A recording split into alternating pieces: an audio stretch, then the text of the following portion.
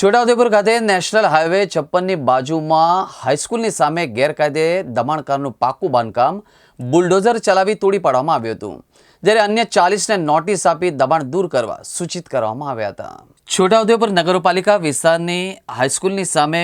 બિનનંબરી survey number ઉપર તંત્ર દ્વારા બુલડોઝર ફેરવી દેવામાં આવ્યું હતું।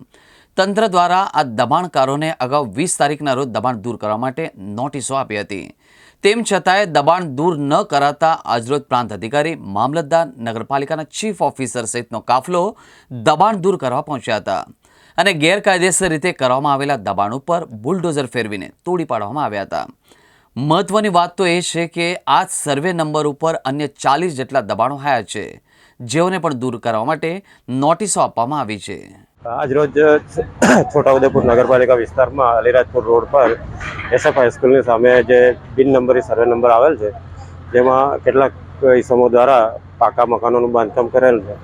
જે અંગે મહેરબાન કલેક્ટર સાહેબની સૂચના અનુસાર આજરોજ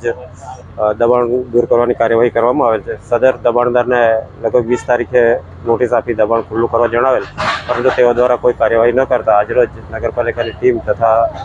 મહેસૂલી સ્ટાફ દ્વારા દબાણ દૂર કરવામાં આવી રહેલ છે